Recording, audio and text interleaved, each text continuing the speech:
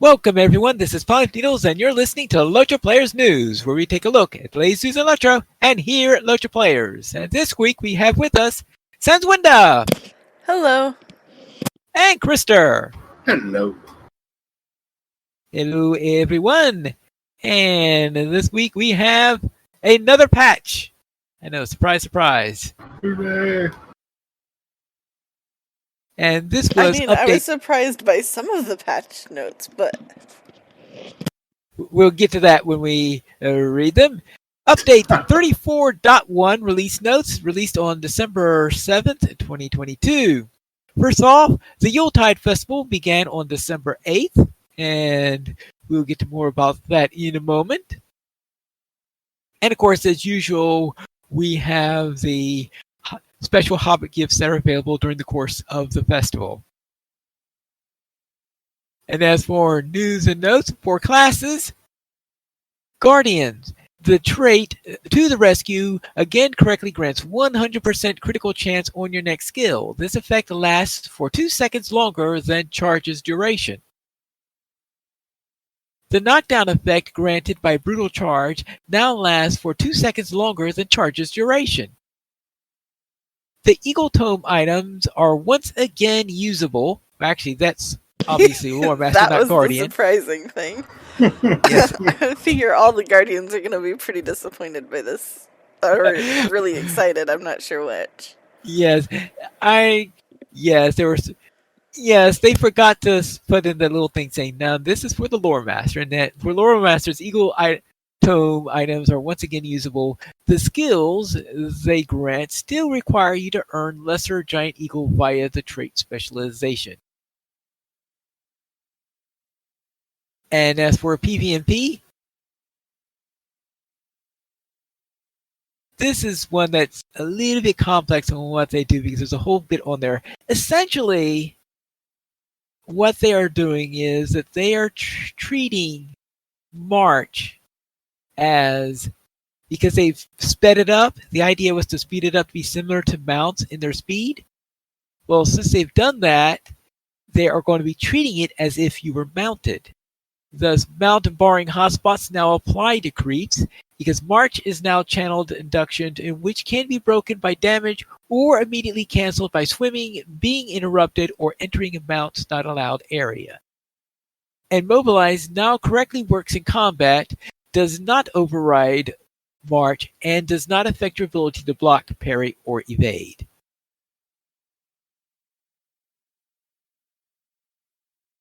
Now, did you get that?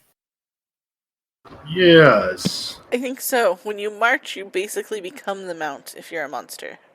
Yes. Yeah. It's like horse pants, only without the horse.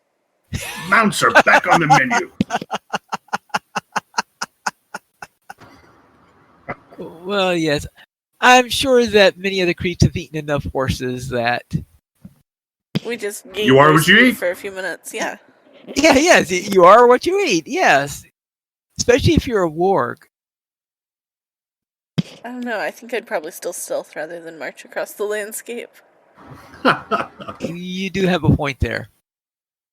Quests and adventure areas. Automatically bestowed quests that recently stopped working will now work properly again. This includes roving threats, the Gundabad Jewel quest, and others. As for, I believe this was intended, actually, to be done in there, but they discovered something didn't quite go right.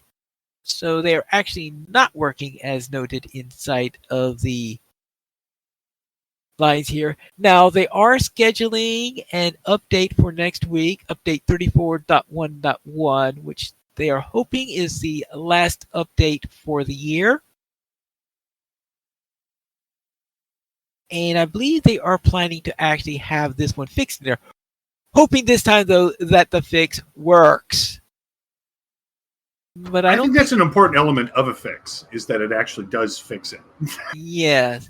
I don't think they confirmed that this one was updated yet, but that it'll be updated next week yet. But I think that they are hoping to get that one in.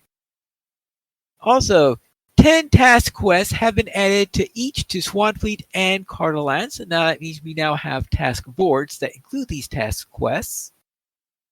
Now, the tasks that are in Swanfleet do not provide any rep. The ones in Carterland do provide rep for Carterland. As for tasks Oznubazar, task quests now specify in their titles that they are for the Havnaka of Thrain.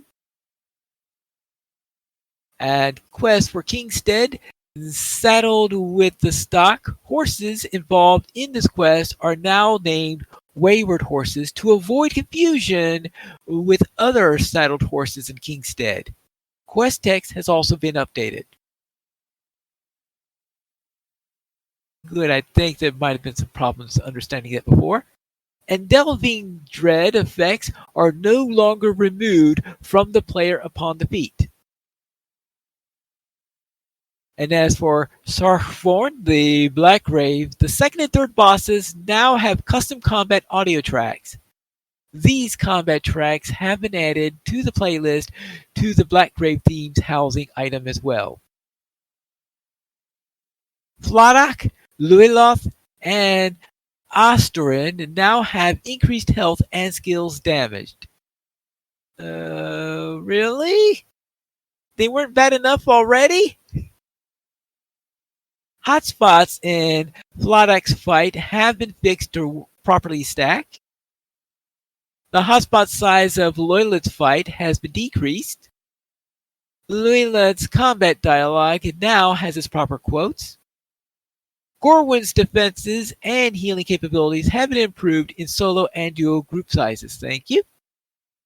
And corrected an issue where Prince Almodir could sometimes be defeated before properly transitioning to the next phase of the Grey Fear encounter.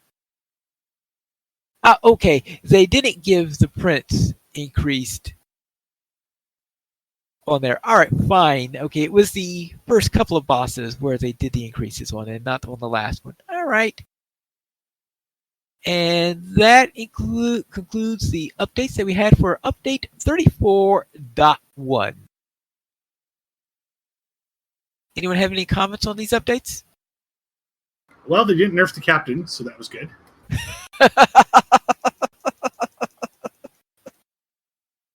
If they don't nerf the captain, it's a good day, you're saying? It's as long as they miss us, I think it's a good update.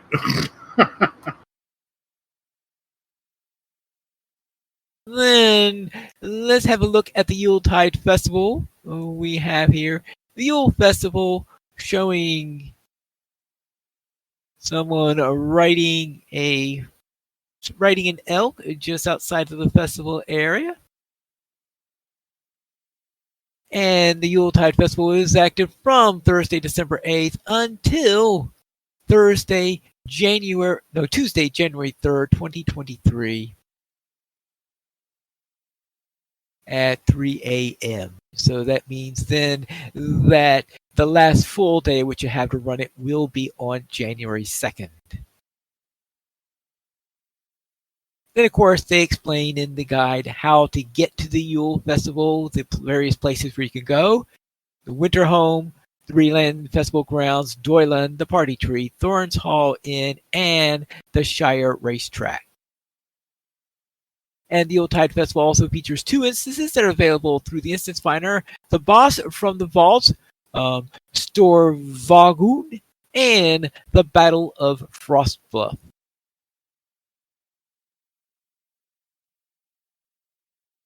And then you get asked about what you can do while you're over there. And you have things like the Frostbluff Theater, a Snowball Battlefield, and of course, various other activities and quests all over the area. And of course, there are several new rewards for 2022. The Snow Strider's outfit, which includes some clothes, caps, boots, mantle, hooded mantle, mittens, a mitten shelf, which is a housing item, a wreath, which is another one, the tome of the festive Yule Goat Kid, a wheeled chair, and a horse, a pony, a steed, a caparison, a headpiece, a saddle, and a woven deer. And additionally, during Yuletide, special Hobbit gifts are available, including a new training snowman and training snow dummy. And the Storvagen instance has been updated item levels for its reward. And there are photos of many of the new items inside of the quest guide, and you find a link to the quest guide in the show notes. And there are also links to other festive guides that we have, such as Fibro Jedi's, the LOTRO Wiki, Mons Pons, and Life Beyond the Shire. So anyone have a chance to run the festival yet, or too busy? It's my favorite festival, so yeah. All right. And I have a problem with their pants. I have a pants problem. You have a pants problem. Yeah. Yeah, I'm very frustrated by their pants. The pants have frustrated me. But yeah, this is my favorite one. This is the one where I can just do it over and over again, and I typically earn all my tokens in this festival. Just convert them throughout the year, you know. Now, Sam thinks that the wheelchair is for when you've been delving too deeply. Oh, that's a good point. Yeah, but did you actually build the wheelchair access to the deep delving? Well, I think it's because if you're in the wheelchair, you're not going to be able to make it to the delving. You could probably mount a pretty fierce rotary drill on that thing. I mean, you know.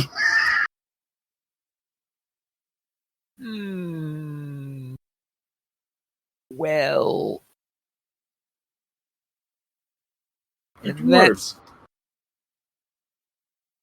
build stuff like that, right? Armed wheelchairs. Armed wheelchairs. Attack wheelchairs. I guess that would technically just be a chariot, really. Get down to it. Yeah. Now, also a note on there is that the landscape water has taken on a bluish tint. And apparently what happened is that there had been a long-standing issue where the devs had been getting complaints that the water wasn't blue enough. So they decided, let's try to address this. And in addressing this, apparently from the complaints they got now the water is too blue and isn't reflecting. So they are planning on reverting the change to Azurify, I guess. I don't know. De-blue? Yeah, so that they are going to de-blue the water. Apparently, someone poured blue dye into all the water, so apparently they're going to remove all the dye. It's all going to dissipate in next week's update. So if you really love blue water, it is now your time in order to spend your time next to the water. And that concludes our news for this week. So, Sans Window, what's on sale? Well, this week, Yuletide savings have begun. You can find special deals in the LOTRO store every week in December. This week, you get 35% off Crafting Boosts, 50% off Brawler Class, 75% off Golden Benefactor Armor, and that lasts through December 15th. Then, you can store, carry, and share. You get 30% off Vault Storage and Shared Storage, inventory slots, now through December 15th as well. And the weekly coupon will give you free Universal Ingredient Pack. Coupon code is FREEPACK1. That's FREEPACK1. Now through December 15th. Now, of course, if you're maxed out in your shared storage, then it's not going to help you all that much. That is true, unfortunately. But It will help people who are not yet maxed out. Right. So if you're not maxed out, a good time in which to max out your storage, I guess. So that is it for our news this week. So let's head into our week in gaming. And Krister, what were you up to? Did you kill a dragon by any chance? No, it's more like we partied at a grave. We did a few grave runs, and pretty much, well, we got a couple. The thing that everybody's laughing about now is that when we actually get something out of the run, it's usually whatever it is wonderful, but it's the exact opposite of whoever got it, whoever got the thing needed. Like the hunters will get like tank drops, and we had one. Let's see, what was it? It was tactical mitigation, fate, and morale.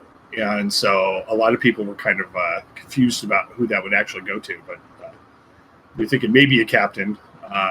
But yeah, so we're puzzling at the rewards, but having a good time with the Black Brave. And then of course, the Winter Festival is my go-to festival. That's the one I just figured out how to do everything in, and figured out kind of an order that makes it pretty easy, so I can just go out there and do it over and over and over again. And so I typically earn the bulk of my festival tokens at the Winter Festival for the whole year. And of course, I'm not motivated by power anymore. It's more the way things look. So cosmetics are the only motivation I really have. And so that is where it brings me to my current dilemma, which is usually I don't feel so reactionary about pants. I take pants in stride. But they have come out with these new pants. These pants, I think they're red suspenders. And the pants, now that you've seen them finally, Yeah. the pants just don't look right. They look like the first thing I thought when I saw them was hip waders. Like, when you're going to go fishing in the river, you put these on so you don't get wet. But then the more you look at it, the more disturbed you get. So I don't. So I'm having a pants dilemma right now. And then the only other thing I've been doing lately is playing No Man's Sky. And so I've literally killed like almost or just over 9,000 sentinels, 175 walkers, over 900 pirates now. So I'm like the scourge of the galaxy. I'm very close to becoming Darth Krister, which is going to be awesome. Darth Krister. So, Sans, what did you get up to? Well, my Hobbit Lore Master finished her Deadly Level 15 class quest this week. And it was actually going pretty well. I mean, I misremembered, which shelf, I went the wrong direction. And so, some goblins came running in. But my bear took care of them, and I took care of figuring out what was wrong, and ran to the right one, and clicked it, and then the whole game froze. And just stayed frozen. And my health was perfectly fine. No. My bear's health was perfectly fine. And the game stayed frozen. And then the game was like, program is not responding. What do you want to do? Wait for it to respond or close the program? Well, wait. I was almost done. I was mid-clicking the correct bookshelf. No. Anyway, the third time that message popped up, I went ahead and closed it. And logged back in, and it took forever to log back in, and I finally got to the character select screen, selected my little Hobbit Lore Master, logged in, and it flashes up, you succumb to your wounds, and ports me into the red circle. Oh, so, you're kidding me. And I was less than 34 points from level 17. So, went back to the yellow tree and went in and got the right thing and finished my deadly quest and leveled up to 17, but have officially lost my undying titles. So, oh no, oops. But it added some unexpected excitement or intrigue to the class quest. So, I mean, that was interesting, and I do kind of wish that my bear had been able to take them out though while I was trying to get back in. Anyway, then I did lots of sheep shearing in Minecraft for our trading post, and built lots of hoppers too to see if I can make something, get a little bit more iron from the golems that are sure to spawn once we get lots of villagers in there. And then looking for games that didn't rely on computers this week, I finished up Dragon Quest Builders 2 for the second time, and started on the initial Dragon Quest Builders game because my sister and nephew were both interested in it, and I was like, sure, let's try it. So, we all started our first playthrough of that, and it's kind of fun. I mean, I'll be honest, I have no connection to the actual Dragon Quest games. I mean, like, I've seen them in the store, but that's all. But these Builders games are, like, a pretty cool mix of RPG questing and world exploration and Minecraft style building and creativity. So, yeah, that's been pretty fun. How's your week been, Pineleaf? I'll begin with my Runekeeper, who finished up in Moria and is ready to head into Mirkwood. So that was quite a bit there, opening up all of those skirmishes. And of course, I am looking forward to unlocking more skirmishes this week, I presume, because you know how Mirkwood is. And my junior lore master ran some quests in the northern parts of Swampy. I finished up all the northern Swampy quests. Now I'm getting up to the point where you get back into Mossward, and I think that I'm going to be sent towards crossing the river at that point. Go into Tharbad, cross the river, and head on into Cardaland soon. Then on Friday Night Fights, my junior hunter decided to join the lower level group in there where we ran several skirmishes, and we also ran the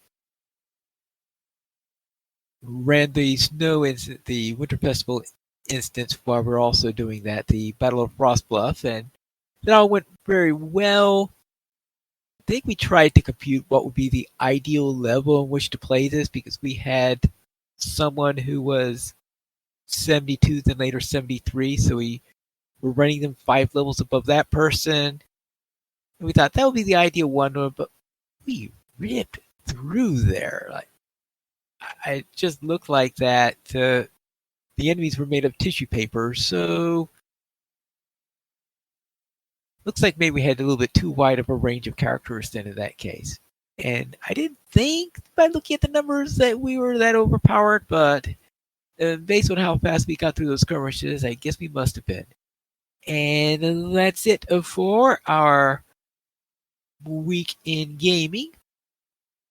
And we currently have 16 supporters on Patreon. If you'd like to join this illustrious rate of players and help support LOTRO players, you go to the donation page. You can support the Players Alliance on Patreon. Your money may be used for our podcast hosting, website hosting, and to pay for our live shows. The Players Alliance has an email address, podcast@lotraplayers.com. And you can also follow us on Twitter, the Players Alliance @PlayersAlly, LOTROPlayers @LOTROPlayers, Arendis @Arendis, Pineleaf @PineleafNeil, Senswinda @Senswinda, Terryadwin @Terryadwin, Guarendis @Guarendis, Calibathian @Calibathian, and Krister @Entropy Engine 1. We have 2 live shows here at the Players Alliance. On Wednesdays at 7 p.m. U.S. Eastern Time, we record DDO Players News, and on Saturdays at 8:30 p.m. U.S. Eastern Time, we have LOTRO Players News. You can choose our shows at lotraplayers.com/live. And that's all for tonight then. This is Pilot Needles reminding you to skirmish responsibly.